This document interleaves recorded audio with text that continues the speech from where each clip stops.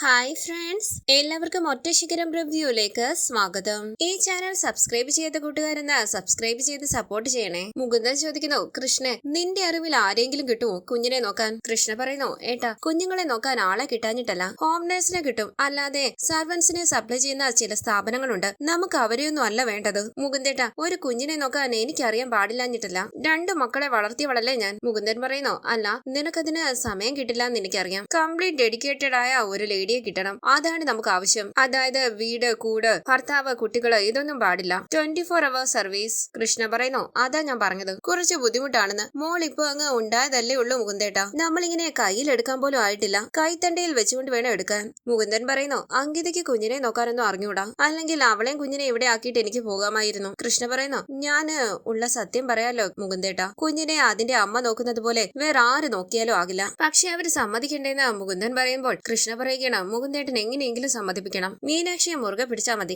അല്ലാതെ വേറെ വഴിയില്ല. മുകുന്ദൻ പറയുന്നു, ആ തുളസി ചേട്ടൻ ഒരു വിധത്തിലും സമ്മതിക്കുന്നില്ല, നമുക്ക് നേരിട്ട് ഇടപെടാനും പറ്റില്ലല്ലോ. ചന്ദ്രമോഹൻ അല്ലേ മീഡിയേറ്റർ. കൃഷ്ണ പറയുന്നു, കോൺവെന്റുകാർ നടത്തുന്ന ആ ഓർഫനേജ് ഉണ്ട്, നമ്മൾ പൈസ കൊടുത്താൽ അവര് നല്ലതുപോലെ നോക്കിക്കോളും. മുകുന്ദൻ ചോദിക്കുന്നു, എന്റെ കുഞ്ഞിനെ ഓർഫനേജിൽ വിടാനോ? അതിനാണോ ഞാൻ കഷ്ടപ്പെട്ട് ഇവിടം വരെ എത്തിച്ചത്, അതും 22 ലക്ഷം രൂപയോളം ചിലവാക്കിയിട്ട്. കൃഷ്ണ പറയുന്നു, ഓർഫനേജ് എന്ന് വെച്ചാൽ എല്ലാവരും ഓർഫൺ അല്ല മുകുന്ദേട്ടാ, സ്പോൺസർഷിപ്പിൽ വളരുന്ന കുട്ടികളുണ്ട്, ഡൊണേഷൻ കൊടുത്തിട്ട് അവിടെ ചേർത്ത കുട്ടികളും ഉണ്ട്, അതൊന്നും ആലോചിക്കേണ്ട കൃഷ്ണ എന്ന് മുകുന്ദൻ പറയുമ്പോൾ കൃഷ്ണ പറയുന്നു, വേറൊരു ബുദ്ധിമുട്ട് എന്താന്ന് വെച്ചാൽ നമുക്കിത് പരസ്യമായിട്ട് പറയാൻ പറ്റില്ലല്ലോ, നമ്മൾ രഹസ്യമായിട്ടല്ലേ എല്ലാം ചെയ്യുന്നത്, ഇതിപ്പോ ആകെ പുലിവാലി പിടിച്ചതുപോലെ ആയല്ലോ എന്ന് മുകുന്ദൻ പറയുമ്പോൾ പ്രതാപൻ പറയുകയാണ്, ഞാനെന്താ തുളസിയേട്ടനോട് സംസാരിച്ചു നോക്കിയാലോ. മുകുന്ദൻ പറയുന്നു, പ്രതാപൻ ഇതൊക്കെ അറിഞ്ഞിട്ടുണ്ടെന്നറിഞ്ഞാൽ അയാൾ വല്ലാണ്ട് ബഹളം ഉണ്ടാക്കും. കൃഷ്ണ പറയുന്നു, മുകുന്ദേട്ടൻ ആ ഡോക്ടറെ ഒന്ന് പോയി കാണും, ഡോക്ടറെ കൊണ്ട് പറയിപ്പിച്ചാൽ ചിലപ്പോൾ തുളസിച്ചേട്ടൻ സമ്മതിച്ചാലോ.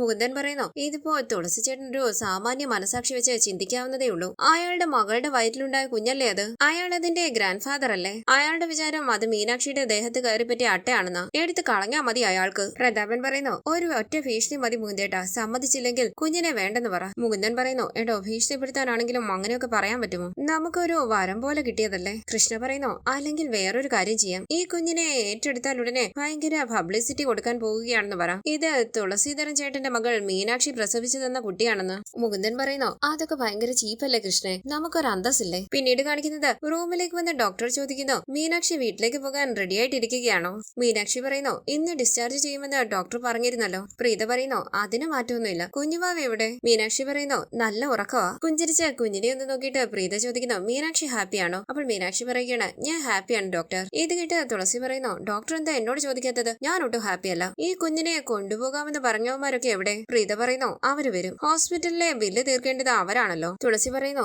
എനിക്കതൊന്നും അറിയണ്ട, കൊച്ചിനെ അവരെടുക്കുവോ ഇല്ലയോ. പ്രീത പറയുന്നു, ഇന്നെന്തായാലും അതൊന്നും നടക്കില്ല ചേട്ടാ. തുളസി ചോദിക്കേണ്ട, ഇന്ന് നടക്കാതിരുന്ന പിന്നെ എങ്ങനെ ശരിയാകുമെന്നേ. പ്രീത ചോദിക്കേണ്ട, മാർക്കറ്റിൽ നിന്ന് ഒരു സഞ്ചി വാങ്ങിച്ചുകൊണ്ട് വന്ന അതിനകത്ത് ഇട്ടോണ്ട് പോകാൻ പറ്റുന്ന ഒരു സാധനമാണോ കുഞ്ഞ്. തുളസി പറയുന്നു, എങ്ങനെ കൊണ്ടുപോയാലും എനിക്കൊരു കുഴപ്പമില്ല, കൊണ്ടുപോയിക്കോണം. പ്രീത ചോദിക്കുന്നു, ഞാൻ നിഷ്പക്ഷമായിട്ട് ഒരു കാര്യം പറഞ്ഞാൽ ചേട്ടൻ കേൾക്കുമോ. തുളസി പറയുന്നു, നിഷ്പക്ഷതയൊന്നും എനിക്ക് വേണ്ട, ഡോക്ടർക്ക് ഞങ്ങളുടെ പക്ഷത്തെ നിൽക്കാമെങ്കിൽ നിന്നോ. പ്രീത പറയുന്നു, മീനാക്ഷിയുടെയും കുഞ്ഞിന്റെയും പക്ഷത്തെ നിൽക്കാനേ എനിക്ക് പറ്റൂ, എന്റെ പേഷ്യൻസ് അവരാണ്. തുളസി പറയുന്നു, ഡോക്ടർക്ക് കിട്ടാനുള്ള കാശ് കിട്ടിയില്ലേ, ഇനിയിപ്പോ ഡോക്ടർക്ക് എന്നാ വേണമെങ്കിലും പറയാം. പ്രീത പറയുന്നു, സമാധാനത്തിന്റെ ഐക്യത്തിന്റെ വഴിയാണ് ഞാൻ പറയാൻ ഉദ്ദേശിച്ചത്. ഇപ്പൊ മീനാക്ഷിയും കുഞ്ഞിനെയും കൂട്ടി നിങ്ങൾ വീട്ടിലേക്ക് പോകും, ഇപ്പോഴേ കുഞ്ഞിനെ അമ്മയും തമ്മിൽ വേർപിരിക്കണ്ട, 3 ആഴ്ച കഴിയുമ്പോൾ അവര് വന്ന് കൊണ്ടുപോയിക്കോളാമെന്ന് സമ്മതിച്ചിട്ടുള്ളതല്ലേ, അതല്ലേ നല്ലത്. തുളസി പറയുന്നു, ഒട്ടും നല്ലതല്ല ഡോക്ടറെ, എനിക്കിഷ്ടമല്ല, എന്റെ വീട്ടിൽ നിന്ന് പോന്നവര് മാത്രം തിരിച്ചങ്ങോട്ട് കയറിയാ മതി, ആ കുഞ്ഞിനെ ഞാൻ വീട്ടിൽ കയറ്റത്തില്ല. പ്രീത പറയുന്നു, ഇതൊക്കെ അനാവശ്യമായ പിടിവാശികളാണ്. തുളസി പറയുകയാണ്, ദേ ഡോക്ടർ അങ്ങനത്തെ വർത്താനം പറയല്ലേ, എഗ്രിമെന്റ് ഡോക്ടറും വായിച്ചതല്ലേ. പ്രീത പറയുന്നു, എനിക്ക് കൂടുതലൊന്നും പറയാനില്ല, ഇത് നിങ്ങളുടെ കുടുംബകാര്യങ്ങളാ. തുളസി പറയുകയാണ്, ഡോക്ടർ അല്ലേ എല്ലാത്തിനും കാരണം, എന്നിട്ട് ഒഴിഞ്ഞു മാറുന്നു.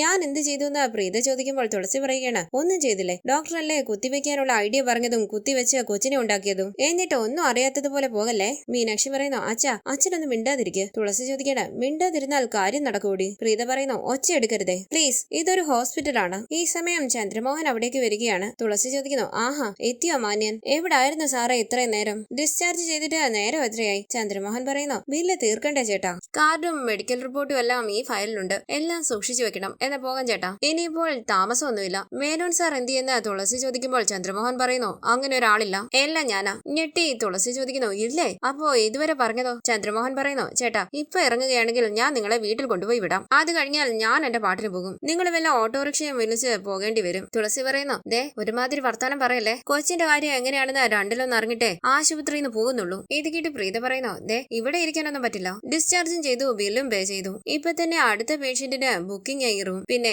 ഇവിടെ കിടന്ന് ഒച്ച വെക്കാനും പറ്റത്തില്ല. ചന്ദ്രമോഹൻ പറയുന്നു ചേട്ടാ നമുക്ക് എന്തായാലും വീട്ടിലേക്ക് പോകാം. ചേട്ടൻ ഉദ്ദേശിക്കുന്ന ഒരു പരിപാടിയും ഇന്നേ ദിവസം ഇവിടെ വെച്ച് നടക്കത്തില്ല. തുളസി പറയുന്നു ദേ ഇത് ഭയങ്കര ചതിയായി പോയി, കൊടും ചതി. പ്രീത പറയുന്നു മീനാക്ഷി ഞാൻ അങ്ങോട്ട് ചെല്ലട്ടെ, എന്തെങ്കിലും ഉണ്ടെങ്കിൽ ഫോണിൽ വിളിച്ചു പറഞ്ഞാൽ മതി. അടുത്ത ആഴ്ച ചെക്കപ്പിന് വരണം, കുഞ്ഞിനെയും കൊണ്ടുവരണം. അങ്ങനെ പ്രീത എവിടെ നിന്ന് പോകുമ്പോൾ ചന്ദ്രമോഹൻ പറയുന്നു മീനാക്ഷി റെഡിയല്ലേ പോകാൻ? ചേച്ചി എടുക്കാനുള്ളതൊക്കെ ഇങ്ങിതാ കാറിലോട്ട് വെക്കാം. മീനാക്ഷി കുഞ്ഞിനെ എടുത്തോ. ചേട്ടാ തൊട്ടിലെടുക്കാൻ മറക്കല്ലേ, അത് നമ്മുടേതാ. ഇത് കിട്ടിയ ദേഷ്യത്തോടുകൂടി നിൽക്കുകയാണ് തുളസി. തുടർന്ന് ചന്ദ്രമോഹന്റെ കാറിൽ വീട്ടിലേക്ക് വന്ന തുളസി ദേഷ്യത്തോടുകൂടി കാറിൽ നിന്നിറങ്ങി അകത്തേക്ക് പോകുകയാണ്. ചന്ദ്രമോഹൻ മീനാക്ഷിക്ക് ഡോറ് തുറന്നു കൊടുക്കുമ്പോൾ കുഞ്ഞിനെ എടുക്കുകയാണ് പ്രസന്ന. മീനാക്ഷിയുടെ നേരെ കൈ നീട്ടുകയാണ് ചന്ദ്രമോഹൻ. മീനാക്ഷി കൈയിലേക്ക് നോക്കുമ്പോൾ ചന്ദ്രമോഹൻ പറയുന്നു മൂത്ത സഹോദരനാണെന്ന് വിചാരിച്ചാ മതി. ഇത് കേട്ട് പുഞ്ചിരിച്ച് ചന്ദ്രമോഹനെ ഒന്ന് നോക്കി കൈയിലേക്ക് പിടിക്കുകയാണ് മീനാക്ഷി. മീനാക്ഷിയെ കാറിൽ നിന്നിറക്കി ചന്ദ്രമോഹൻ പറയുന്നു പതിയെ നടന്നു. പ്രസന്ന കുഞ്ഞിനെയും കൊണ്ട് അകത്തേക്ക് പോകുകയാണ്. തിരിഞ്ഞെന്ന് മീനാക്ഷി ചോദിക്കുന്നു കേറുന്നില്ലേ? ചന്ദ്രമോഹൻ പറയുന്നു വേണ്ട, പുള്ളിക്കാരൻ എന്നെ കിട്ടിയാൽ കടിച്ചു കീറും, കട്ട കലിപ്പില. ഇത് കേട്ട് പുഞ്ചിരിച്ച് മീനാക്ഷി പറയുന്നു താങ്ക്സ്. എന്തിനെന്ന് ചന്ദ്രമോഹൻ ചോദിക്കുമ്പോൾ മീനാക്ഷി പറയുകയാണ് എനിക്ക് എന്റെ പൊന്നുമോളുടെ കൂടെ കുറച്ചു ദിവസം കൂടി തന്നതിന്. ചന്ദ്രമോഹൻ പറയുന്നു ഇവിടെയുള്ള നന്ദി മറുഭാഗത്തുനിന്ന് തെറിയ. മേനോൻ സാറോ എന്ന് മീനാക്ഷി ചോദിക്കുമ്പോൾ ചന്ദ്രമോഹൻ പറയുകയാണ് ഏയ് സാറ് വലിയ ഹാപ്പിയാ. ഇത് കേട്ട് സന്തോഷത്തോടുകൂടി തലയാട്ടി മീനാക്ഷി അകത്തേക്ക് പോകുകയാണ്. ചന്ദ്രമോഹൻ കാറിൽ കയറി അവിടെ നിന്ന് പോകാനായി തുടങ്ങുമ്പോൾ ചന്ദ്രമോഹൻ സാറെ എന്ന് വിളിച്ച് അരികിലേക്ക് വരികയാണ് തുളസി. ചന്ദ്രമോഹൻ തിരിഞ്ഞു നോക്കുമ്പോൾ തുളസി ചോദിക്കുന്നു സാറിന് എന്താ ഇത്ര ധൃതി തിരിച്ചു പോകാൻ? കൊണ്ടുവന്ന ഭണ്ഡാരം അടക്കിയിട്ട് തിരിച്ചു പോവുകയാണോ? സാർ ഇങ്ങോട്ട് വന്നേ, എനിക്ക് കുറച്ച് പറയാനുണ്ട്. കാറിൽ നിന്നിറങ്ങി ചന്ദ്രമോഹൻ പതിയെ പറയുന്നു കൊന്നു കൊല വിളിക്കാൻ വേണ്ടിയാ. അരികിലേക്ക് വന്ന ചന്ദ്രമോഹനോട് തുളസി പറയുകയാണ് ഒരു തീരുമാനം ഉണ്ടാക്കിയിട്ട് പോയാ മതി. ഇനി എന്ത് തീരുമാനമെന്ന് ചന്ദ്രമോഹൻ ചോദിക്കുമ്പോൾ തുളസി പറയുന്നു കൊച്ചിനെ എന്നാ നിങ്ങൾ ഏറ്റെടുക്കുന്നതെന്ന്. ചന്ദ്രമോഹൻ പറയുന്നു കൊച്ചിന്റെ പേപ്പേഴ്സ് റെഡിയാക്കണമെന്ന് ഞാൻ ആദ്യമേ പറഞ്ഞില്ലേ. തുളസി പറയുകയാണ് ബർത്ത് സർട്ടിഫിക്കറ്റ് കിട്ടിയാൽ മതിയല്ലോ. അപ്പോൾ ചന്ദ്രമോഹൻ പറയുന്നു പോരാ, വേറെ ചില കാര്യങ്ങളുണ്ട്. കുഞ്ഞിനെ വിദേശത്തേക്ക് കൊണ്ടുപോകുക, പാസ്പോർട്ട് വേണ്ടി വരും. വിദേശത്ത് എവിടെയെന്ന് തുളസി ചോദിക്കുമ്പോൾ ചന്ദ്രമോഹൻ പറയുന്നു അത് ജർമ്മനി. തുളസി ചോദിക്കണം അവിടെ എന്താ പരിപാടി? ചന്ദ്രമോഹൻ പറയുകയാണ് മേനോൻ സാറും ഭാര്യയും ഇനി ഒരു വർഷം ജർമ്മനിയിലാണ് താമസം. തുളസി പറയുന്നു എനിക്കതൊന്നും അറിയണ്ട, കൃത്യം ഒരാഴ്ച അതിനകം നിങ്ങൾ വന്ന് കൊച്ചിനെ കൊണ്ടുപോയില്ലെങ്കിൽ പിന്നെ ഈ വഴിക്ക് പോരണ്ട. നമ്മൾ തമ്മിലുള്ള എല്ലാ എഗ്രിമെന്റും അതോടെ തീരും. ചന്ദ്രമോഹൻ പറയുന്നു എഗ്രിമെന്റിന്റെ കാലാവധി കഴിഞ്ഞാലും കുഞ്ഞു ബാക്കി വരുമല്ലോ. അവൾ തുളസി പറയുകയാണ് അത് ഞങ്ങൾ എന്താന്ന് വെച്ചാൽ ചെയ്തോളാം. ഒരാഴ്ച കഴിഞ്ഞ കൊച്ചിനെ തിരക്കി ഇങ്ങോട്ട് വരണ്ട, എവിടെയെങ്കിലും കൊണ്ടുപോയി കളയും ഞാൻ. ചന്ദ്രമോഹൻ പറയുന്നു ചേട്ടാ ചേട്ടന്റെ പേരക്കുട്ടിയാണ്. ഇത് കേട്ട് തുളസി പറയുകയാണ് മണ്ണാങ്കട്ടയാണ്. ഇങ്ങനെയൊന്നും അല്ല സാറേ പേരക്കുട്ടി ഉണ്ടാകുന്നത്. ഇത് കേട്ടുകൊണ്ട് അവിടേക്ക് വന്ന മീനാക്ഷി പറയുന്നു ചന്ദ്രമോഹൻ സാർ അച്ഛന്റെ വിഷമം കൊണ്ട് അച്ഛൻ ഇങ്ങനെ പറയുന്നത്. ഞാനൊരു കാലാവധി പറയാം, 3 മാസം അതുപോലെ. തുളസി പറയുന്നു 3 മാസോ? ഇവിടെ പറ്റത്തില്ല, 3 ആഴ്ച പോലും ഞാൻ സമ്മതിക്കത്തില്ല. ഇത് കേട്ട് മീനാക്ഷി പറയുകയാണ് അച്ഛാ അച്ഛൻ ഇതിന് സമ്മതിക്കണം. അച്ഛന്റെ പേരക്കുട്ടിയല്ല, അത് അങ്ങനെ തന്നെ ഇരുന്നോട്ടെ. പക്ഷെ എന്റെ മോള, അവൾക്ക് 3 മാസമെങ്കിലും അമ്മയുടെ സ്നേഹം കിട്ടണം. അച്ഛൻ എനിക്കും എന്റെ മോൾക്കും ഇടയിൽ കയറി നിൽക്കരുത്. തുളസി പറയുന്നു ഈ വീട്ടിൽ ഞാൻ പറയുന്നതാണ് അവസാന വാക്ക്. തല ഇരിക്കുമ്പോഴേ വാലാടണ്ട. മീനാക്ഷി പറയുന്നു വെറും 3 മാസം അല്ലേ ഉള്ളൂ അച്ഛാ, അത് പെട്ടെന്നങ്ങ് പോകും. തുളസി പറയുന്നു ഈ വീട്ടിൽ ആ കുഞ്ഞിനെ വളർത്താൻ സമ്മതിക്കില്ലെന്ന് ഞാൻ പച്ച മലയാളത്തിലാ പറഞ്ഞത്, നിനക്ക് മനസ്സിലായില്ലേ? മീനാക്ഷി പറയുന്നു ചന്ദ്രമോഹൻ സാറേ ഇവിടെ പറ്റത്തില്ലെന്നാ അച്ഛൻ പറയുന്നത്. അച്ഛൻ അങ്ങനെ പറയാനുള്ള അധികാരമുണ്ട്. ഞാൻ വേറൊരു കാര്യം ചെയ്യാം സാറേ, എനിക്കും കുഞ്ഞിനെ താമസിക്കാൻ വേറൊരു വീടെടുത്തു തരുമോ? ഇത് കേട്ട് ഞെട്ടി നിൽക്കുകയാണ് തുളസി. മീനാക്ഷി പറയുന്നു ഇവിടെ വേണമെന്നില്ല, എറണാകുളത്തോ ആലുവയിലോ ആയിക്കോട്ടെ. അതെങ്ങനെയാ ശരിയാകുന്നതെന്ന് തുളസി ചോദിക്കുമ്പോൾ മീനാക്ഷി പറയുകയാണ് ഞാൻ ഈ വീട്ടിൽ 3 മാസം കുഞ്ഞിനെ വെച്ചോണ്ടിരിക്കുന്നതിനല്ലേ അച്ഛന് ബുദ്ധിമുട്ടുള്ളൂ. ആ നാണക്കേടും ബുദ്ധിമുട്ടും ഒക്കെ ഒഴിവാക്കാൻ വേണ്ടിയാ ഞാൻ ഇങ്ങനെ ഒരു തീരുമാനം എടുത്തത്. അച്ഛന് നാട്ടുകാരോട് അവൾ അവളുടെ ഭർത്താവിന്റെ വീട്ടിലേക്ക് പോയെന്ന് പറയുകയും ചെയ്യാം. ചന്ദ്രമോഹൻ പറയുന്നു അത് നല്ല സൂപ്പർ ഐഡിയ, ചേട്ടന്റെ എല്ലാ പ്രശ്നങ്ങൾക്കും പരിഹാരമാകും. തുളസി പറയുന്നു ദേ അങ്ങനത്തെ പരിഹാരങ്ങളൊന്നും ഉണ്ടാക്കണ്ട കേട്ടോ. ചന്ദ്രമോഹൻ പറയുന്നു ചേട്ടനൊന്നും അറിയണ്ട, ആ വീടിന്റെ വാടക ഞങ്ങൾ കൊടുത്തോളാം, ചിലവ് മുഴുവൻ ഞങ്ങൾ നടത്തിക്കോളാം. മീനാക്ഷിക്കും മോൾക്കും വേണ്ടതെല്ലാം ഞങ്ങൾ കൊടുത്തോളാം. ഒരു ജോലിക്കാരിയെ കൂടി കൂട്ടി നിർത്തും പോരെ? തുളസി പറയുന്നു അത് സാറിന്റെ വീട്ടിൽ ചെയ്താൽ മതി, ആ പരിപ്പ് ഇവിടെ വേവിക്കണ്ട. ഈ വീട്ടിൽ നിന്ന് മീനാക്ഷി എങ്ങോട്ടും വരുന്നില്ല, അവൾ ഇവിടെ തന്നെ താമസിക്കും. കൊച്ചിനെ കൊണ്ടുപോയി വീടെടുത്ത് കൊടുക്കുകയോ താമസിപ്പിക്കുകയോ എന്താന്ന് വെച്ചാ ചെയ്തോ. മീനാക്ഷി പറയുന്നു എന്റെ മോളെ ഇവിടെ താമസിപ്പിക്കാൻ പറ്റില്ലെങ്കിൽ ഞാൻ പോകുവച്ചാ. ഞെട്ടി തുളസി ചോദിക്കുന്നു നീ പോകുമെന്ന് മീനാക്ഷി പറയുമ്പോൾ തുളസി പറയുകയാണ് നീ എന്റെ മകളാണെങ്കിൽ എന്നെ ധിക്കരിച്ച് ഈ വീട്ടിൽ നിന്ന് പോകത്തില്ല. നിന്റെ അച്ഛനാ പറയുന്നത് പോകരുതെന്ന്, എനിക്കത് പറയാനുള്ള അവകാശമുണ്ട്. മീനാക്ഷി പറയുന്നു അച്ഛന്റെ മകളോട് എന്തൊക്കെയുണ്ടോ അതൊക്കെ എനിക്ക് എന്റെ മോളോടും ഉണ്ട്, എതിർക്കാൻ നിൽക്കണ്ട അച്ഛൻ തോറ്റു പോകും. ഇത് കേട്ട് തുളസി വിഷമത്തോടു കൂടി കേൾക്കുമ്പോൾ ചന്ദ്രമോഹൻ പറയുന്നു, നിങ്ങൾ തമ്മിൽ വാക്കുതർക്കവും വഴക്കവും ഒന്നും വേണ്ട. ഒരാഴ്ച സമയമുണ്ടല്ലോ, നിങ്ങൾ ഇരുന്ന് ആലോചിച്ച് തീരുമാനിച്ചിട്ട് പറഞ്ഞാൽ മതി. ഞാൻ പൊയ്ക്കോളാം. മീനാക്ഷിയുടെ അരികിലേക്ക് വന്ന് ചന്ദ്രമോഹൻ പറയുന്നു, അതെ, ഫോൺ വിളിച്ചാൽ എടുക്കണം. എടുത്തില്ലെങ്കിൽ 1.5 മണിക്കൂറിനകം ഞാൻ ഇവിടെ എത്തും. അതെന്റെ ഡ്യൂട്ടിയാ. ഇത് കേട്ട് മീനാക്ഷി തലയാട്ടുമ്പോൾ ചന്ദ്രമോഹൻ പറയുന്നു, പോട്ടെ. അങ്ങനെ ചന്ദ്രമോഹൻ അവിടെ ഒന്ന് പോകുമ്പോൾ തുളസി ഒന്ന് നോക്കിയിട്ട് മീനാക്ഷിയും അകത്തേക്ക് പോവുകയാണ്. തുളസി വിഷമത്തോടുകൂടി ആലോചിച്ച് നിൽക്കുന്നു. പിന്നീട് കാണിക്കുന്നത് മുകുന്ദന്റെയും അങ്കിതയുടെയും അരികിലേക്ക് വരികയാണ് ചന്ദ്രമോഹൻ. മുകുന്ദൻ ചോദിക്കുന്നു, എന്തായിടോ, എന്തെങ്കിലും നടക്കൂ? ചന്ദ്രമോഹൻ പറയുന്നു, എന്റെ സാറേ, ഒന്നും പറയണ്ട. തമിഴ്നാട്ടിലെ കാളപ്പോരുണ്ടല്ലോ, ജല്ലിക്കെട്ട്, അതിന് പോകുന്നതാ തമ്മിൽ ഭേദം. അയാള് സമ്മതിക്കുന്നില്ലെന്ന് മുകുന്ദൻ ചോദിക്കുമ്പോൾ ചന്ദ്രമോഹൻ പറയുന്നു, കുറെ പറയാനുണ്ട് സാറേ. മുകുന്ദൻ പറയുന്നു, താൻ വാടോ, ഇയാള് വലിയ യുദ്ധം കഴിഞ്ഞ് വന്നിരിക്കുക, ഒരു ചായയെങ്കിലും കൊടുക്കണ്ടേ?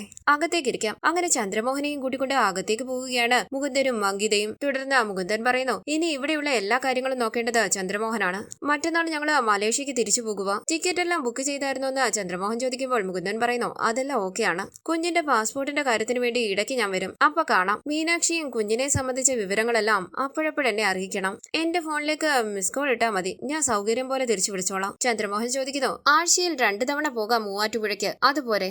മുകുന്ദൻ പറയുന്നു, മതി. തുളസി ചേട്ടനെ കൂടുതൽ വെറുപ്പിക്കാതെ നോക്കണം. പുള്ളിക്കാരന് ഇടയ്ക്ക് കുറച്ച് പൈസ കൊടുത്തേക്കണം, ഞാൻ അയച്ചു തരാം. അയാൾക്ക് അയാളുടേതായ ചില മാനസിക വിഷമങ്ങളൊക്കെ ഉണ്ടല്ലോ. നമ്മുടെ ഭാഗം എപ്പോഴും ക്ലിയർ ആയിരിക്കണം. ഇത് കേട്ട് ആലോചിച്ചിരിക്കുകയാണ് ചന്ദ്രമോഹൻ. അങ്ങനെ ഇന്നത്തെ എപ്പിസോഡ് അവസാനിച്ചു. Thank you for watching. Please subscribe, like, share my channel.